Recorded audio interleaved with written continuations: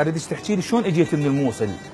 يعني اجيت من الموصل. اي طلعنا من 8 الصبح على الى وصلنا الى بيجي، طريق الموصل نفسه الى بيجي، عبرنا جبال مكحول.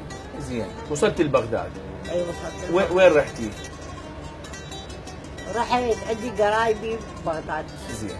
رحت عندهم، بس دول قد ما تداريهم قد اعطيهم راتبي واصرف عليهم واني مو زينه. بعدين مليت، طلعت هم رحت عند جماعه ثانيه هم مرتاحه، ورحت على بني ادم ابني ثقيل. نعم. اذا ما تقعد ببيتك طبعا وتتصرف. نعم. ما ترتاح. بس اكو علاقات انسانيه، ماكو انسانيه، اكو رحمه، اكو ماديه واكثر من الماديه يرضوني.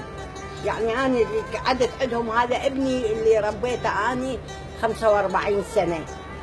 أنا أصرف ربيته من عمره 3 سنين، وهسه رجال عمره 50 سنة. أنا أصرف عليه وعلى ولده، وهاي بس مع هذا هو ضعيف أمام مرته. مرته اللي تقرره هي هو يصير، ما يقدر يقول لي لا هاي ربتني العمر كليته. يعني أمه معناها أنت أمه. أنا أمه بالضبط أمه. نعم. وقلبي يحترق عليه أكثر من أبوه الأصلي. نعم. بس هو خاف من مرته. بعدين قررت تجين اللي هنا.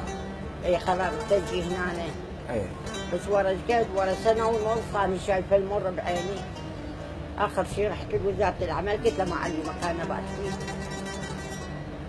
سووا لك استماره وكذا وهيك شيء. اي سويت معامله وبس. هسه تستثمني شنو ببالك؟ والله ببالي اموت ببيتي. لا بعد الشر ان شاء الله، العمر الطويل ان شاء الله. وترجعين ان شاء الله، ترجعين للبيت.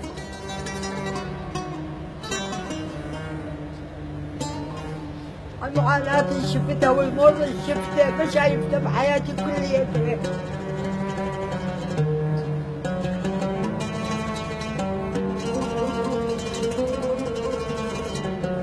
الله موجود، الله موجود، الله موجود.